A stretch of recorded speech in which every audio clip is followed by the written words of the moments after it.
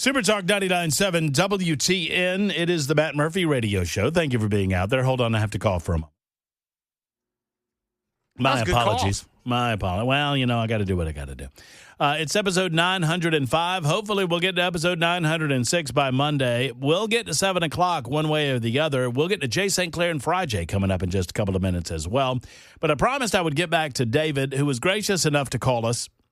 If you weren't listening last hour, we were discussing these No King rallies that are happening tomorrow all across these United States of America. There are up to 30 of them happening in our great state of Tennessee, the volunteer state.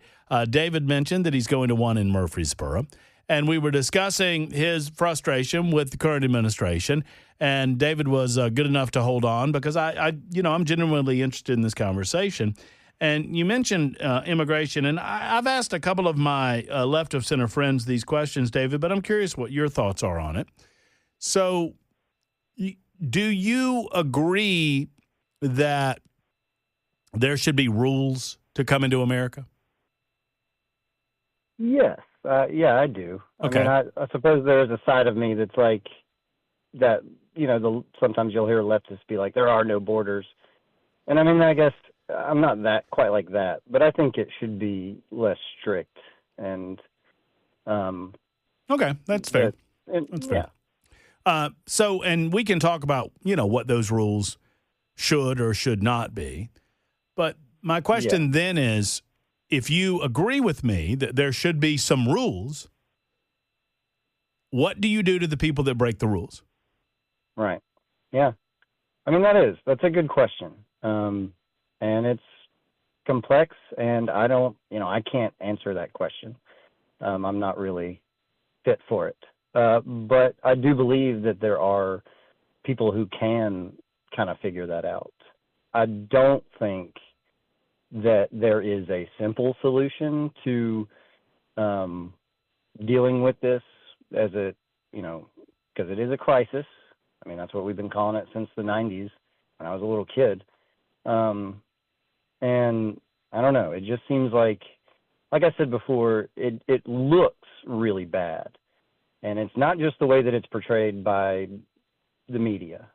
Because I listened to your show. You really did. After Bill Valentine passed, I'm so glad that somebody like you came in. Not that Brian Wilson wasn't great, but you are one of my favorites. Well, and I called Bill Valentine about 10 years ago, and we talked a little bit, and he said, that young man's smart, but I bet when he's older he'll probably turn more right. And that didn't really happen. Well, that's fair. It didn't really happen that way, but I just appreciate you guys.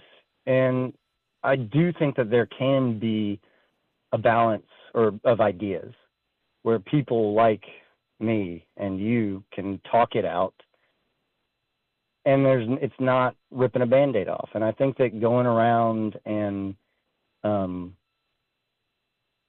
just, I don't know, it hasn't happened to the point where they're pulling people out of their homes, but man, I feel like it could get close to that.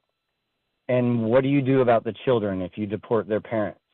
I mean, what do you do about, it's just such a complex issue. It is a complex issue because we've allowed it to become that. That is very true. But I don't think the principled concepts are very difficult at all.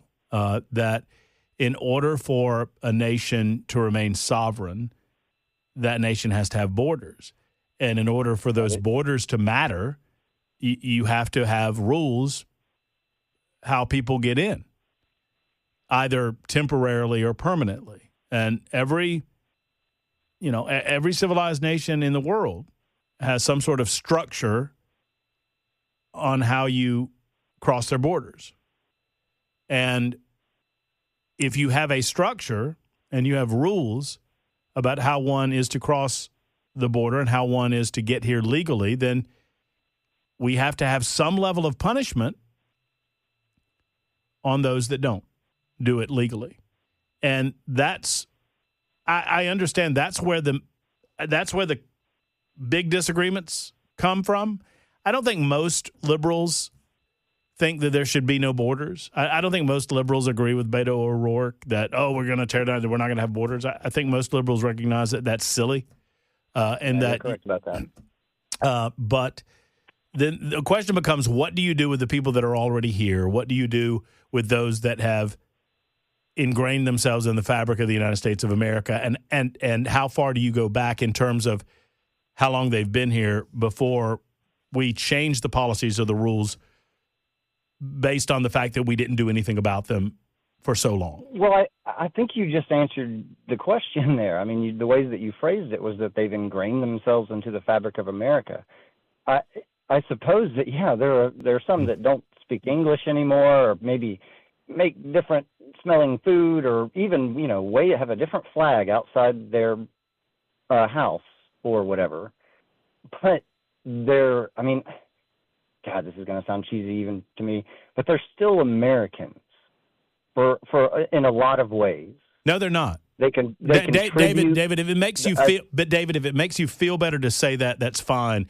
But they are not. Yeah, I know you don't like. But they're not. You're saying that people that come here and break the rules to get here are Americans that fly a different flag, that don't honor the basic laws of this country. That those are not Americans. They're just not. I mean, there are lots of Americans who don't honor the basic laws of this country. Well, I understand that, and they are, through the grace of their birth, declared Americans. But what you're telling me is if you get to the United States of America, you're an American, no matter how it happens. No, that's not how it happens, and it shouldn't be how it happens. But like you said, we've allowed it to get to this point. So like you said, what do we do about the people who are here? And like you said, they've ingrained themselves into our society. Some of them have it's gotten to the point where, like, if you try to pull these people away from certain parts of this country, the economy in that region will collapse. I mean, that's one of the reasons why we're letting some workers stay in some certain parts. And so, you talk about picking and choosing and what.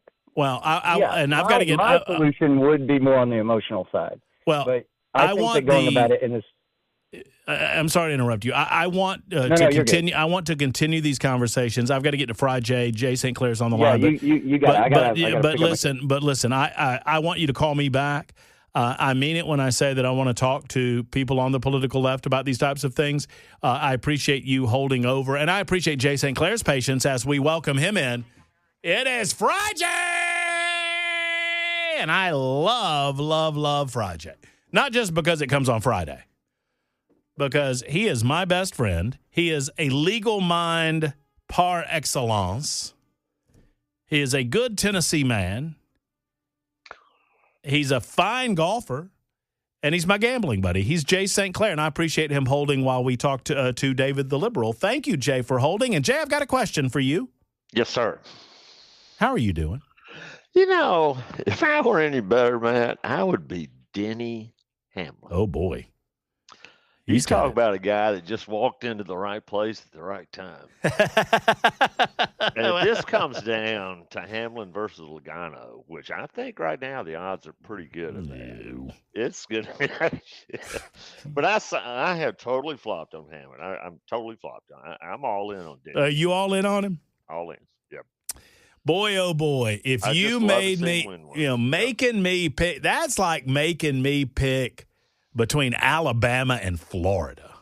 Yeah. Denny Hamlin and Joey Logano. Well, I think we'll see. Kyle Larson may have something to say about it. Well, I agree. I mean, I think it'll take. It's going to take something special for some of the other guys to take. I mean, Chase, of course, he's got to win at either Talladega. Well, and he could win at Talladega, I suppose, or at Martinsville. But it's going to take a victory for some of those other guys. But it's going to be fun. Chase ain't going to make it, but Tyler Reddick could win Talladega. Or Joey Logano could win Talladega. I mean, Logano's got to win to get in, but I think he's got a good shot at Talladega. He's a good plate racer. Well, so's Chase. Come on, Jay. You're giving me. Jay's giving me. You're giving me no hope. No hope. Yeah. Or Ryan Blaney. A Ford. Mark my words. A Ford will win Talladega. Okay. All right. Well, we'll check back in next week. But I'm gonna hope until there's no hope. I'm gonna hope for the 9 car.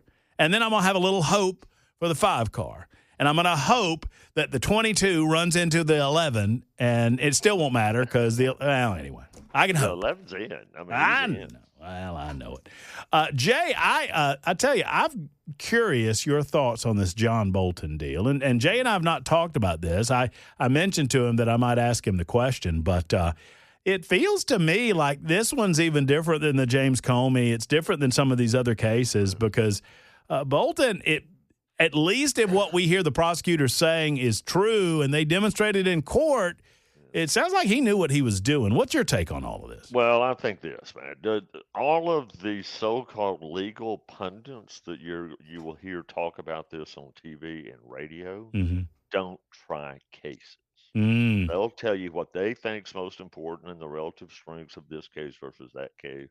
I remember back when we were dealing with the Trump, all the cases against him. These so-called smart people were saying, "Oh, the biggest problem is Florida." I said, "No, it's not. It's New York." Mm-hmm.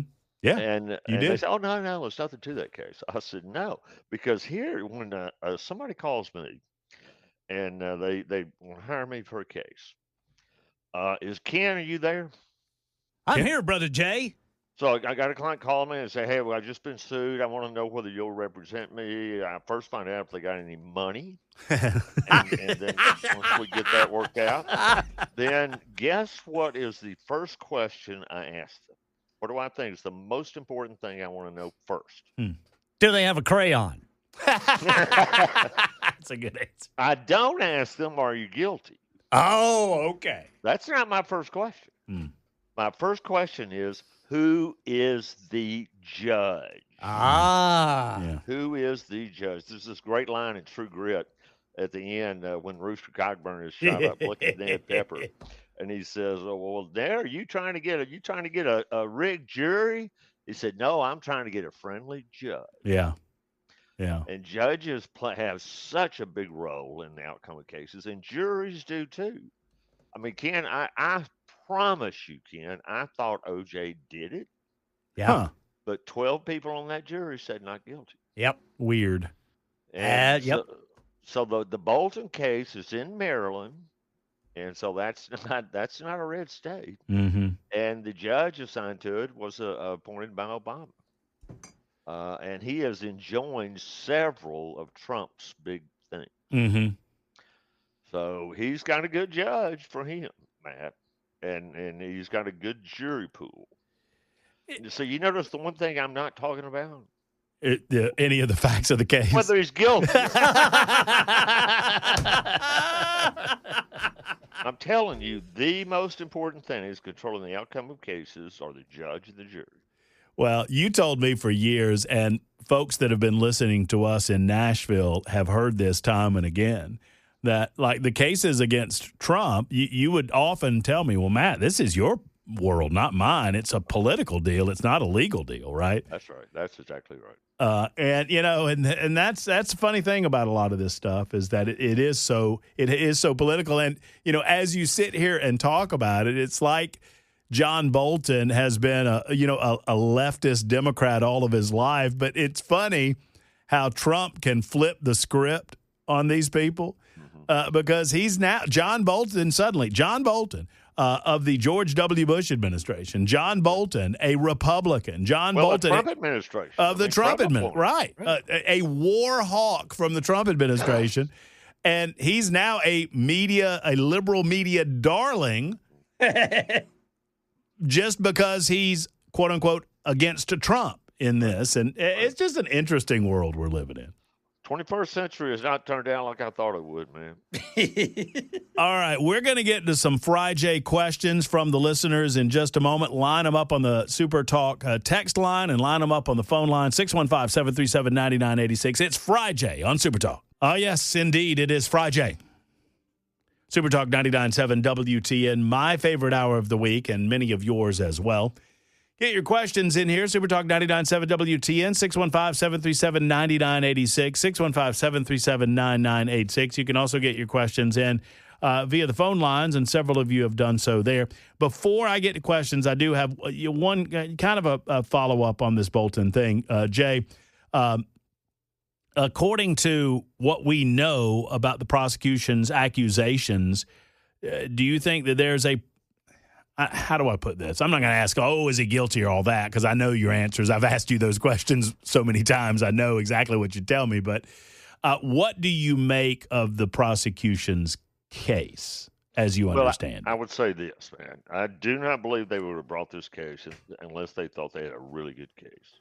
I do not believe they would have brought this case unless they thought they could win this case, knowing what they're faced with. Mm-hmm. I mean, for example, the special prosecutor on Biden, he didn't say this, but he basically implied that Biden did something wrong, but we can't convict him because he is incompetent. Right. And that's why that was the reason he suggested no charges be filed. And so these are very good prosecutors, career prosecutors worked on this, and they know that they've got an uphill battle on the jury pool. And, there's a pretty good chance they wouldn't get a friendly judge. But even in the face of all that, they decided to file the case. So there are strong facts that support the charges filed. There were strong facts that supported OJ's guilt. Very strong facts. Oh, yeah. Including the fact that he ran away. And the prosecution didn't even prove that at trial. Didn't they? I need to go back. Did the defense argue that it would be prejudicial to their client? Well, anything that hurts your case is prejudicial. Well, that's right. But they let them. They didn't even bring it up. I don't think they even attempted to prove it, man. They didn't attempt to prove it. I mean, it was so anyway. So well, yes. they had blood stains. They had evidence. I think they thought they had an open and shut case. Yeah. So yes, there are facts. If the facts alleged are true, and I'm 100% confident they are true, they wouldn't have pled them if they weren't. A reasonable jury could conclude from those facts that he's guilty. Now we don't know what he's going to say. But a reasonable jury could conclude that he was guilty. But that doesn't mean that the jury picked in this case will conclude that. But having said all that, I will say this. You remember Hunter Biden, his case went to trial. Mm-hmm. And it actually went to trial in Delaware. Mm-hmm. Right? Biden's home state. And he was convicted. Yep. But it was overwhelming evidence, and he didn't even put on a defense. I don't think he called a single witness in defense. I don't believe so. 7142 has written in real quick because we got to go to news, and then I'll get to Mike and Kathy on the phone lines and several questions coming in on the super text line. 7142 is accusing you of something, Jay. They said Jay is letting a few Denny Hamlin tears get to his old heart. Now, I've thought about this a lot, but 60 wins is remarkable. That's a lot. And I heard Kyle Larson talking about after the race what happened, and he said, "I've never seen Denny Hamlin drive that hard. I could not believe it when he passed me on the outside. It reminded me of Days of Thunder. Mm-hmm. Cole, go on the outside. You told me never to pass on the outside in turn 4. I'm telling you, Cole, she'll stick." Yeah, well. And he just couldn't believe that Denny Hamlin and somebody else was talking about how hard he worked that week, spent hours and hours on the simulator, and he's going to be in the Hall of Fame, and I his career deserves a championship. Mark Martin's deserved 2. Well, I mean, out of the 2 of us, that makes one of us that feels that way. I get it. Now listen, I get it. I hated Denny Hamlin for a long. He was a jerk, but it's. I don't watch his podcast. You know why? Why? Because it makes me like him, and exactly. Not having any of that. That's the other thing. No, that's the other thing. I've been watching some of that. Actions detrimental, which is so clever. You know where that comes from? That's part of the rules of NASCAR. Yeah, right? so it's in the NASCAR rule book. They have all these very specific things you can't do, and then there's one rule that says you cannot take actions detrimental to NASCAR. Well, And that's about everything. One of these days, I might ask you about the 750 horsepower increase, which is pretty cool. But right now, we got to get to the news on Super Talk 99.7 WTN. All right, in the midst of FriJay, without further ado, we want to get to as many of your questions and thoughts as we possibly can. I'm lining them up on the Super Text line as we speak, and we're lining them up on the phone lines as well. 615-737-9986. Matt Murphy with you alongside Jay St. Clair. I don't know if this question has a backstory. I hope that it does, and I hope that 3043 fills us in. But this is a question for you, Jay. Okay. If I toss a grilled cheese sandwich towards someone and they miss the catch, am I responsible if I poke them in the eye? That was my reaction to this question. Well, I'm not exactly sure what the question is, but let me make some assumptions. You and I are taking a break from shooting dice. Uh-huh. And so we go over and grab something to eat. That's right. And I could get a grilled cheese sandwich. Okay. And you say, here, that's my sandwich. Give it to me. And I throw it to you. Uh-huh.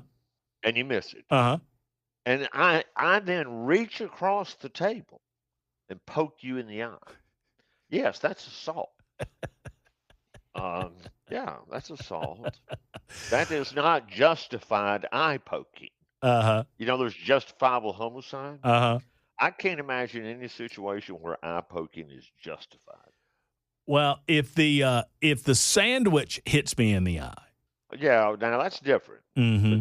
But yeah, when he's saying that the catcher missed the ball and it hit him in the eye, well, that ain't the pitcher's fault. That's the catcher's fault. That's what I thought, too.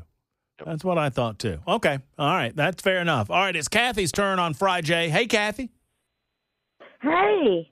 How are you? I'm good. How are y'all? Thanks for taking my call. Well, of course. What's on your mind? Okay. I got 130 acres, 2 houses, 1 daughter, not married. How old is she? She's 20, fixing to be 27. Wow, is she cute? She's gorgeous. Jackson. Does she like lawyers? Does she like lawyers? Yeah, but she's getting married next month. Oh, okay. Nice. Okay, well, listen, you got to shoot your shot when you can. I don't I blame you. hear you. I get Okay. it. Anyway, so I live on like a 85 to 90 year family farm. Right. And, bad decisions on my part. I got a guy living with me for 7-8 years. Am I in danger? Excuse me. Am I in danger of him taking anything from? No, I don't think so. The only way that could happen, Kathy, is if y'all were deemed to be common law married, which is a concept you don't hear much anymore. But only if y'all were holding yourself out to the world to be married. You told people you were married. You took his name. No. And y'all had joint bank accounts, and y'all acted like a married couple. Then he could claim he is your common law husband. But boy, that's a stretch. I wouldn't worry too much about that. Is his name on any of the property? No. Yeah. I really like the way you. Absolutely not. I really like the way you said that, Kathy. No, absolutely not. The long-term boyfriends or girlfriends don't have any legal right to inherit. Only people that are married or people that are in the will. Do you have a will? I do not. Yeah, but you only got one child, right? Right. And she'll take everything, so you really don't need a will. Yeah. I mean, you could get one, but it'd be a simple will. But no, you're at no risk at all, Kathy. Okay, great. But it sounds like this guy.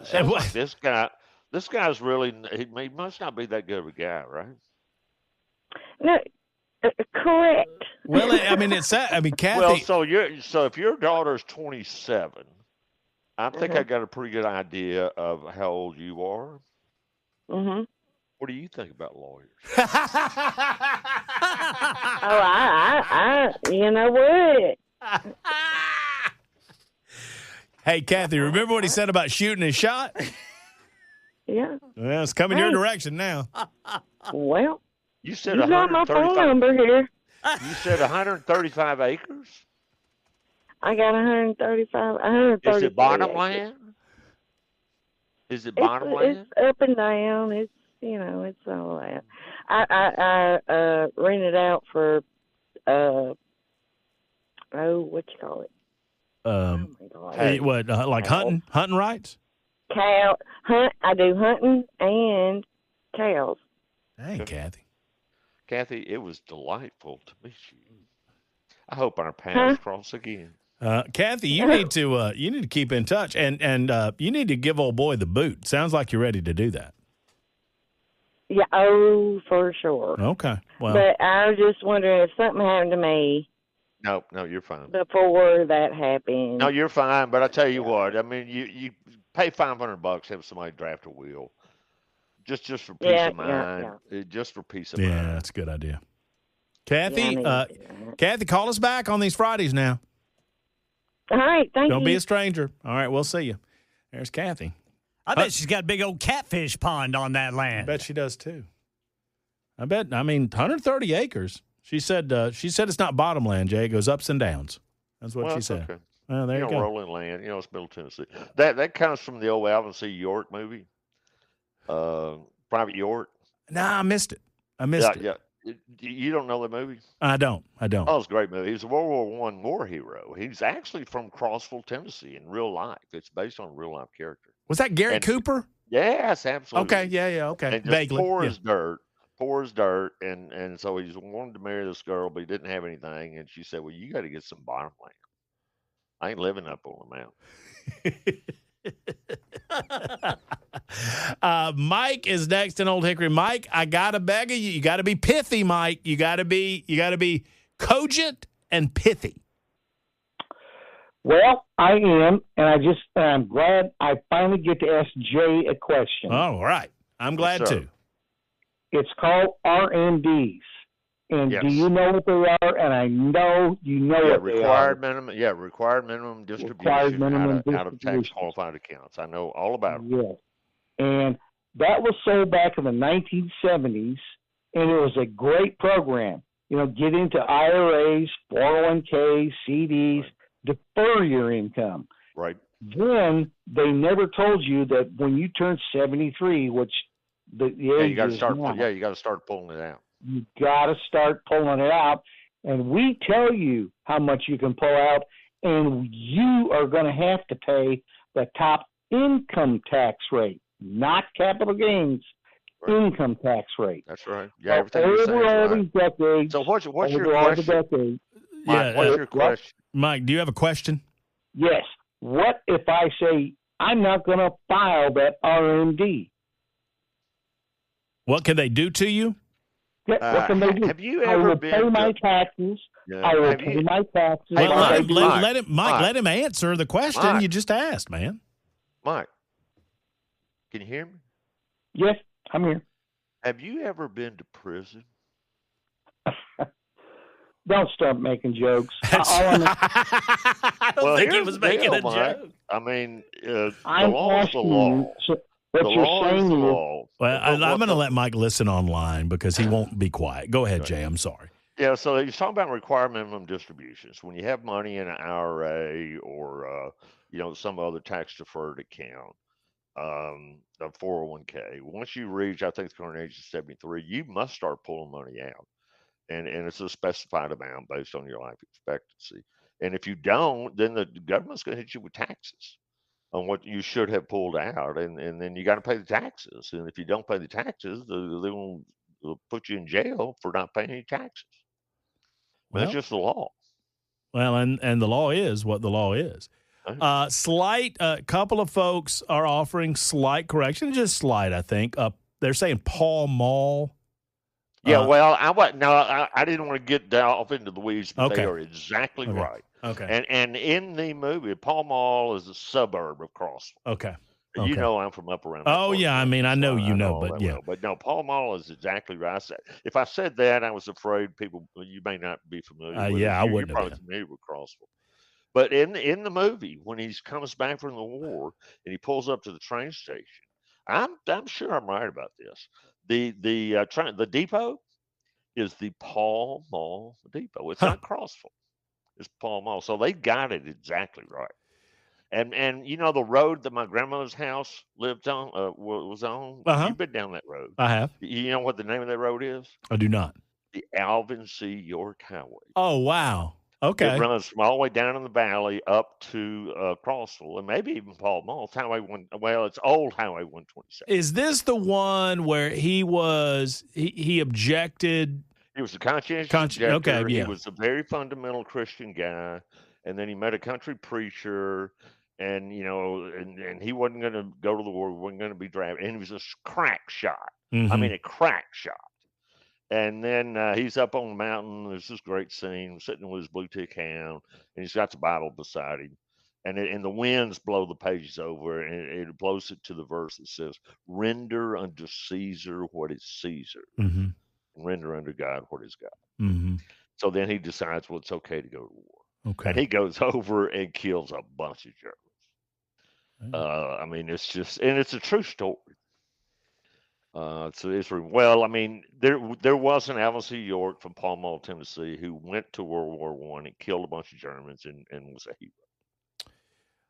A lot of people are commenting, and they're saying that, well, let me just give you a couple of examples. One, Dawn writes in and says, "Hey, Jay, I've got 140 acres in Middle Tennessee." I'm just telling you what they're writing, Jay. I'm listening. I'm listening. Yeah, that was it. And there was a smiley face, and then 7627 says, "Is Jay taking numbers?" Well, I'm on Twitter. You're on it. You got to put the ST right before the J on the Twitter. So what is it? They have this thing called DMs. And if you don't know what that is, then you're going to have to do your own research. That's right. Hey, Matt, could you ask Jay, all right, real quick before we'll get one more serious one in here. Could you ask Jay if I would be able to successfully sue? Well, he asked the question right. Successfully sue a collection agency that has fraudulently affected my credit. When I caught them, they dropped everything they claimed to have against me, but my name and my score was already affected. So, well, yeah. Now, here's the answer to that. If you can prove damages, and this is the kind of something you're very familiar with, but if you can prove that you have been injured, you absolutely can successfully sue them. Because if they've dropped it, they know they're wrong, and there's some pretty tight laws about fair credit. But the thing is, you got to be able to show some harm, not just that you're mad or kind of mental anguish. You got to show some actual monetary harm. But if you can show that, yes, you can successfully sue them. Jay, I wish your team the best of luck in college football this weekend. And any driver that you want me to root for at Talladega, I will, unless it's the 22 and the 11. And other than that, I hope you have a great weekend, my friend. Well, I want to say this to you, and I hope that our friend Pamela Furr is listening. Mm-hmm. I want to leave you with this thought. Okay. This philosophical thought. Around the bowl, down the hole. Roll, tide, roll. Yeah! There he is. That's Jay St. Clair, baby.